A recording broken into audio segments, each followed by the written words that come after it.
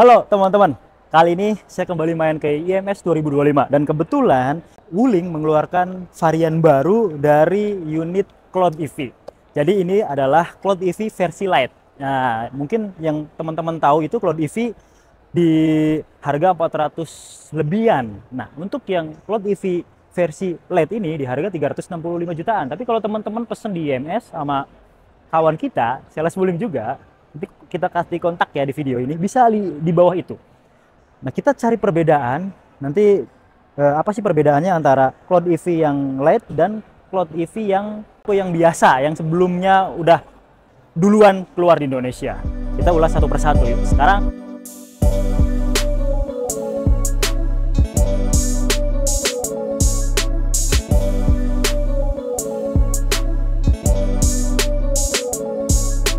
kita intip ke dapur pacunya dulu nih teman-teman.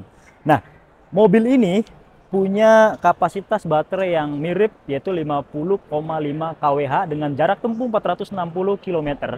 Tenaganya kalau di kalangan mobil listrik ini bisa dibilang rada ekonomis ya untuk tenaganya ya. 130-an horsepower dengan torsi 200 Nm.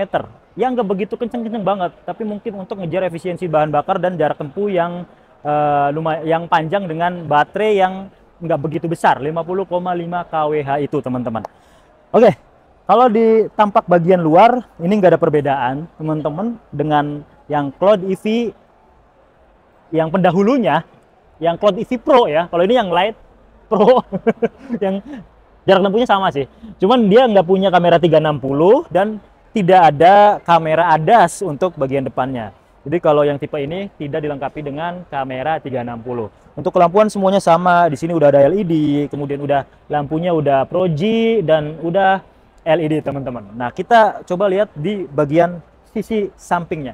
Mobil ini untuk dimensi wheelbase dan lain sebagainya pun sama dengan Cloud EV yang sudah sebelumnya, sudah ada sebelumnya. Artinya ini varian yang LED yang Pro juga masih dijual teman-teman. Sama-sama memiliki jarak tempuh 460 km. Panjangnya 4,2 sekian meter, hampir 4,3 meter dengan lebar 1,8 meter dan tinggi 1,6 meter. Jadi sama untuk wheelbase-nya 2700 mm atau 2,7 meter. Ini mirip banget dengan unit yang dengan mobil kita ya. Sekelas SUV, LSUV dengan panjang dan wheelbase-nya itu sama teman-teman. Artinya dengan dua baris ini kabinnya lebih lega. Oke, ininya sama, door handle-nya sama, ini sama. Terus ke empat rodanya sudah dilengkapi dengan cakram. Ukuran bannya pun sama nih teman-teman. Jadi dia punya profil ban 215/55 ring 18. Jadi bener-bener mirip. Peleknya mirip. Yang dikurang-kurangin kalau sisi eksterior itu tadi ya kamera 360. Jadi kameranya tuh nggak ada di sekelilingnya. Terus kamera ADAS yang ada di kaca bagian depan. Nah, untuk bagian belakang, belakang juga belum power back door. Jadi yang membedakan itu. Jadi ini masih manual ya. Jadi belum power back door. Untuk bukaannya hanya tombolnya aja yang elektrik teman-teman. Tapi untuk kelampuan sama. Terus sensor parkir di bagian belakang itu ada 4 buah.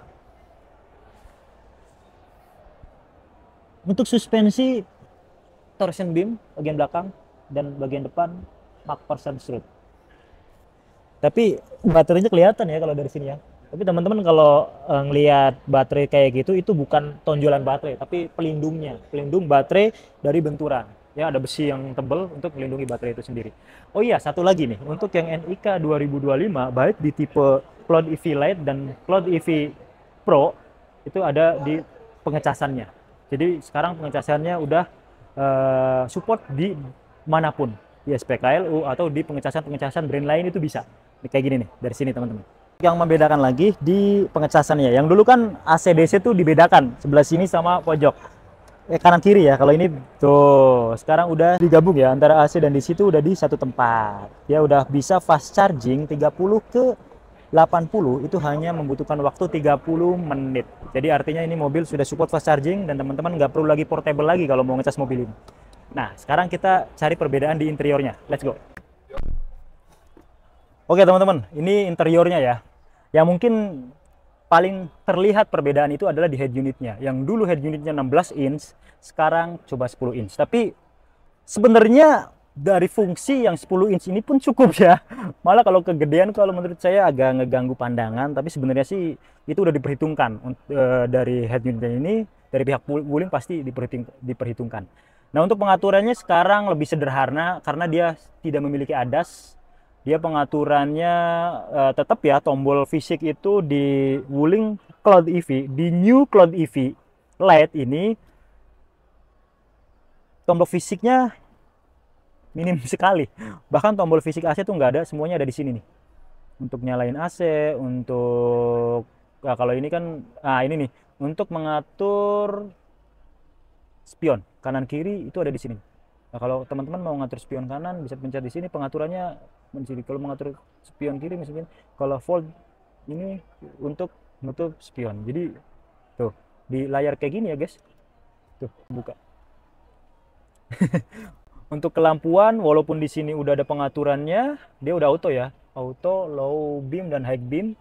Tapi di sini pun bisa diatur nih untuk headlampnya, bisa auto atau sekalian di offin juga bisa. Nah, untuk drivernya dia untuk terus dia udah dilengkapi dengan auto hold dan electric stability control atau vehicle stability control biasanya di mobil-mobil lain. Lalu apalagi teman-teman untuk pengaturannya.